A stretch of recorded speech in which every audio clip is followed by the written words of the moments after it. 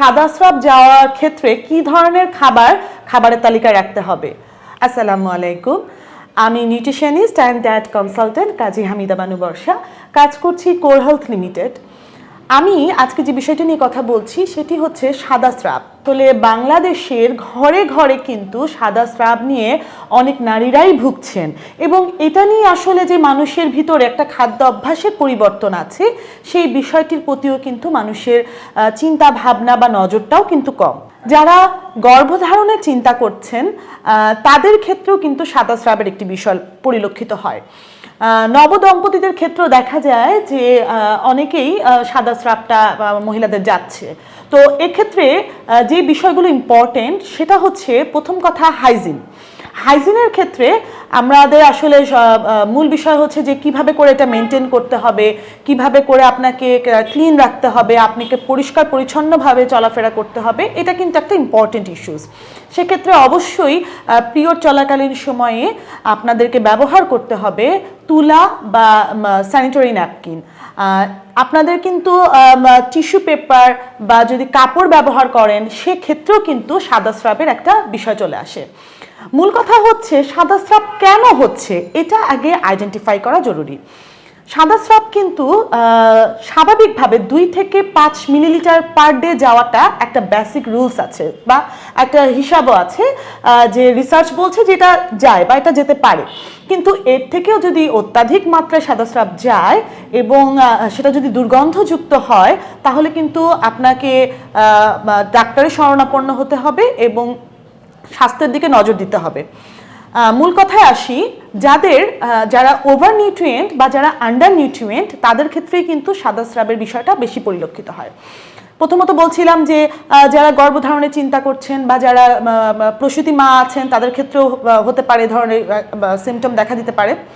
এখন বিষয় হচ্ছে যে সাদা স্রাব যাওয়ার সাথে সাথে আপনার খাবারের যে পুষ্টিমান আছে সেটার দিকেও কিন্তু নজর দেওয়া খুব জরুরি। অতিরিক্ত তেলে ভাজা খাবার এগুলো কিন্তু সাদা স্রাবের ক্ষেত্রে বা আপনার বডির ইমিউনিটি লেভেলটাকে নষ্ট করতে কিন্তু অনেকভাবে একটা ইম্প্যাক্ট ফেলতে পারে। এবার আসছি সাদা স্রাব যাওয়ার ক্ষেত্রে কি ধরনের খাবারের তালিকায় রাখতে হবে। আমরা ভাত খাওয়ার পরে ভাতের মাড় ফেলে দিই। এই ভাতের মাড় কিন্তু আপনার সাদা স্রাব হওয়া থেকে রক্ষা করবে। দ্বিতীয়ত হচ্ছে ঢ্যাঁড়স, সবজির ভিতরে ঢ্যাঁড়স খুবই উপকারী। এরপরে মেথিও কিন্তু আপনার যে সাদা স্রাবের যে বিষয়টি আছে সেক্ষেত্রে কিন্তু সেটা অনেক বেশি হেল্পফুল করবে। পাশাপাশি আমলকি অ্যান্টিঅক্সিডেন্ট এবং আমলকি খেতে খুব খারাপ লাগতে পারে, অর্থাৎ এটা খাওয়ার ক্ষেত্রেও কিন্তু অনেকভাবে চিন্তা করেন যেটা খাবো না বা চিন্তা করেন যে এটা কি করে খাবো বা এটা এই খাবারের স্বাদটা তো অতটা খাওয়া যাচ্ছে না আমলকি। সো প্রত্যেকটা মেয়ের কিন্তু পার ডে একটা করে আমলকি খেলে তার বডিতে অ্যান্টিঅক্সিডেন্টটা এত সুন্দরভাবে থাকবে, এক্ষেত্রে কিন্তু পিরিয়ডের ব্যথাও তার থাকবে না পিরিয়ড হওয়ার ক্ষেত্রে। পাশাপাশি কিন্তু সাদা স্রাব থেকেও কিন্তু সে নিজেকে রক্ষা করতে পারবে।